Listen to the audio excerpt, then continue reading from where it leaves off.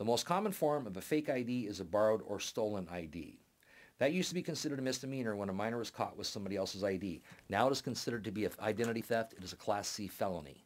The second most common form of a fake ID is the manufactured ID, and the third most common is the altered ID. On your list of acceptable IDs, the passport could be easily one of the most easily forms of identification there are to alter. A passport is valid for 10 years. People change in 10 years. For example, a person gets a passport when they are 17 years old, now they are 22 years old. The person will have changed. Passports have changed. The old style had the lamination over the picture and you can feel where the picture had been placed. This is the same passport that was put on a scanner and the documentation was changed. Note it reads, "Any age I want to be." The new one has the picture scanned in and laminated with a hologram over the lamination. Here's an example of the U.S. passport card.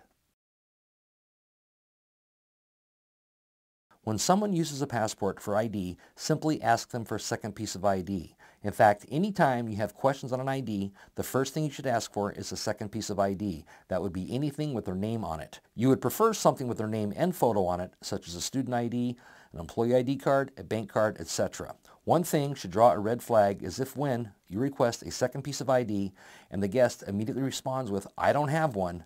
Most people have more than one thing in their wallet with their name on it. There should not be hesitation before they respond. Also, you can ask the passport holder if they are from a foreign country to speak some of the language. Now, let's discuss the military IDs. Anyone who is in the military is very proud of that fact, and they should be. There's a good chance that they will show you their military ID. There are a couple of different styles. This style of military ID comes in different colors. You'll see a lot of pink ones and tan ones, as well as a blue one and a gray one. The problem with this ID is that the photo can be hard to see, and this ID gets handed off to younger siblings, friends, or whatnot all the time. The information can be photocopied and then applied to the ID, or a hot iron can be pressed into the ID and it'll pop open so the new information can be placed in. Or the back seam can be cut open with an X-Acto knife and the new information placed into the ID. The ID will then be resealed. Well, a telling feature on this ID is this. This ID has been laminated over the top, which gives it one smooth edge and one sharp edge. Run your fingers over both edges. You can also ask a military ID holder this question: what's your last four? Everything and anything somebody does that is associated with the military is with the last four. If you ask them what their last four is and they look at you with a huh, they are not in the military. Now let's discuss the new military ID. This new military ID is a credit card style. It is fairly thick. It has a color photograph. Most will have their armed forces insignia, but some do not. It has a smart chip, but it does not have a physical signature. Instead, the signature has been encrypted on the chip, so it is on the ID. When you look at the back of the ID, it has a ghost photo with their information typed around the photo. This has a tendency to rub off, or it can get erased off. They can then change the birth date using stencils. To make your life easier, simply ask them for their driver's license. They got one on them. You will see displayed the new driver's license or identification card issued in Washington State.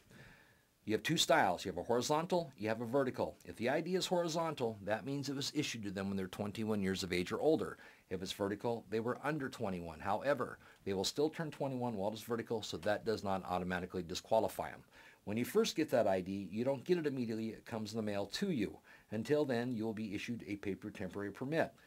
When these were first issued, they were not valid ID to buy alcohol with. Now they are. However, we encourage you to continue to ask for the old expired driver's license card, and remember, these are only good for 45 days. Be sure to look at the expiration date. Could I get a Walker Black on the rocks? Oh, drinking good. I see your ID. Yeah, sure, no problem. Ah, the new one. Got your old one with you? No, I lost it, so I got a paper one. I had to go to DMV today. Lost my whole wallet. That sucks. What happened? Somebody steal it or you just lose it? Just lost my wallet. Clumsy. Yeah. That sucks. You got a credit card or something, man? Just cash only, man. I lost my wallet. You know, I'm not feeling comfortable just take the paper one by itself, and I'm going to ask you if you could sit in the dining room. I mean, got great food specials in there. I can even give you happy hour prices in there if you'd like to, but I just can't let you sit in the lounge tonight until you get another ID. There's nothing you can do for me? I really can't. All right. Well, thanks, man. Appreciate it. Remember, tell the waitress that you get the happy hour prices. Okay, thanks. Thanks, dude.